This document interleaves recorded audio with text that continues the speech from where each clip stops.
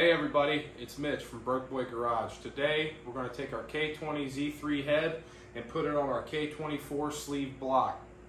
Ready? Yep.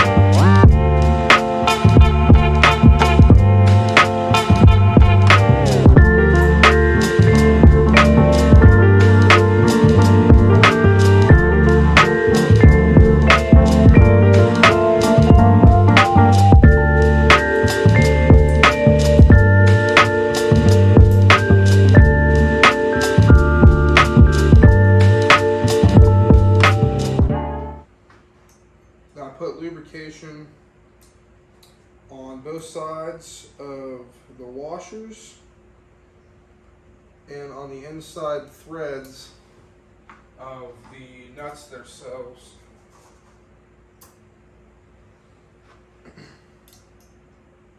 Going to use the magnet to try to start them because I don't want to drop them or get a bunch of ARP lube on my fingers. Now we're going to tighten these in a sequence of 4. You're supposed to do 3 steps, but I usually add 1 just to be safe. I believe I got my numbers down over here. I'm going to do 35, 45, 55, and then I'm going to end with 80, and then I'll probably double check 80 once I'm done. Now these from ARP are a 12 point because they're studs, they're a 12 point nut. You always tighten the actual studs into the block first. Make sure they're all torqued to spec. A little bit of Loctite on them to make sure they don't go anywhere. Don't forget the dowel pins when you put your head on. It's what keeps your gasket in place.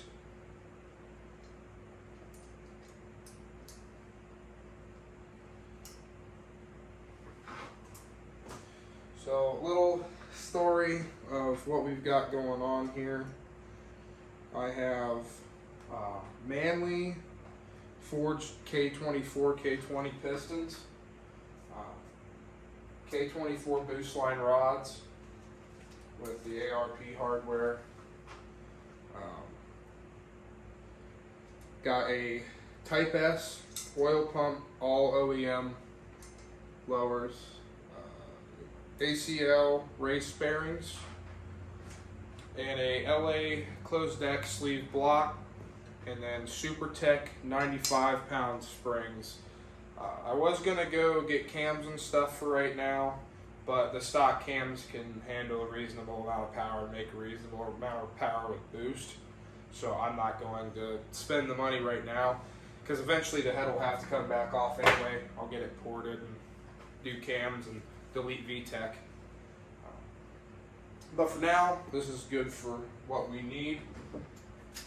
Alright, let's get into it. So I'm going to run these down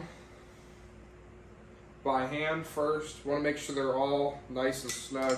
We want this to be seated as evenly as possible. I got the deck and the head both machined, so they're perfectly flat, and I want to keep them that way. So make sure we go in a crisscross pattern. Don't forget that you don't want to tighten one side down before the other because it might cause issues. 9 times out of 10 it won't, but that 1 time out of 10 will waste you a lot of money.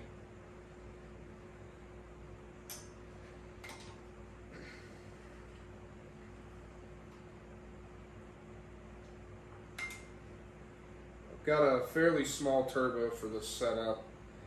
It's only a 6262, but for now, I'm going to do it in steps. So it's not going to be all-wheel drive at first. I have the all-wheel drive transmission behind me, but I'm going to block off the transfer case. Hopefully by next spring will be all-wheel drive, but for now I don't make enough money to do everything all at once. So we're going to start, hopefully make anywhere from 630 to 670 tire. I'm going to put it on a switch, probably run 450, 500 on the street. I already set the torque wrench to the 35 foot-pounds. Just go until you hear a click.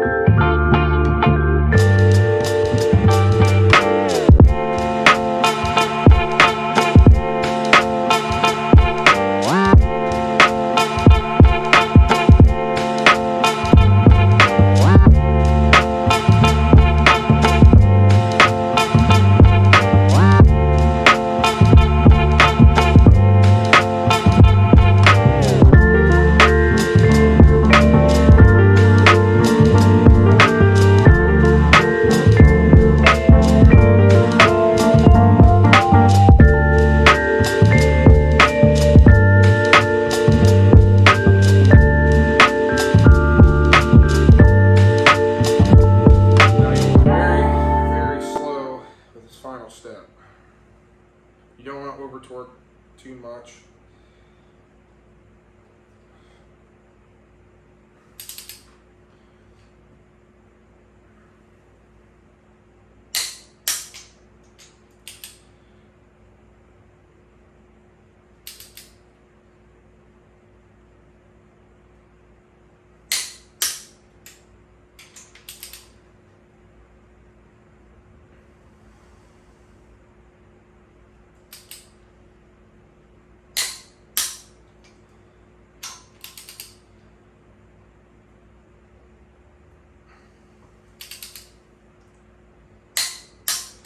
I used to have an LS VTEC turbo. Wasn't really anything special. Wasn't very fast, but it was fun.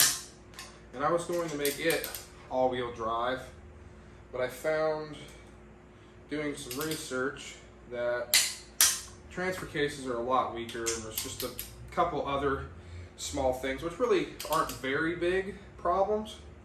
I could have dealt with them. But B series is also getting a lot more expensive to get parts for. Getting a little bit harder to find. Everyone's blown everything up. K series are starting to actually get slightly cheaper to get the actual motors themselves. Easier to find at junkyards. Because you know this block is in every Accord and CRV in the country. Made more sense to me to do this for the future. I would like to have something else B series, but I don't think I'm going to have it boosted or anything. Do just a little NA car that isn't going to get hurt when I drive it.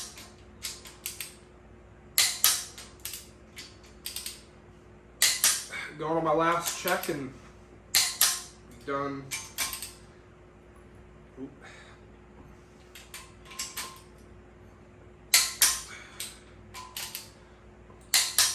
Torquing. All good to go. Now, just a friendly reminder for people that don't know, whenever you're done with your torque wrench, make sure you loosen it. It's not accurate if you leave it maxed all the time.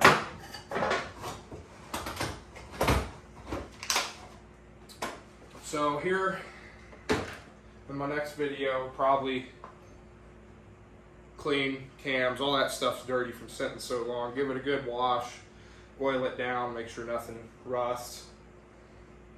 Put the cams on, put the timing chain on it, finally. It's been a long time, but get everything all ready to go.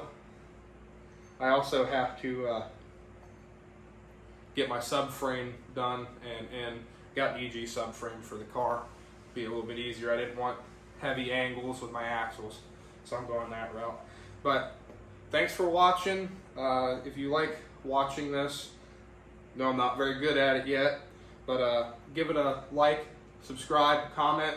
Tell me what you think, what I could do better other than not be nervous. Let me know what you think. Thank you, guys.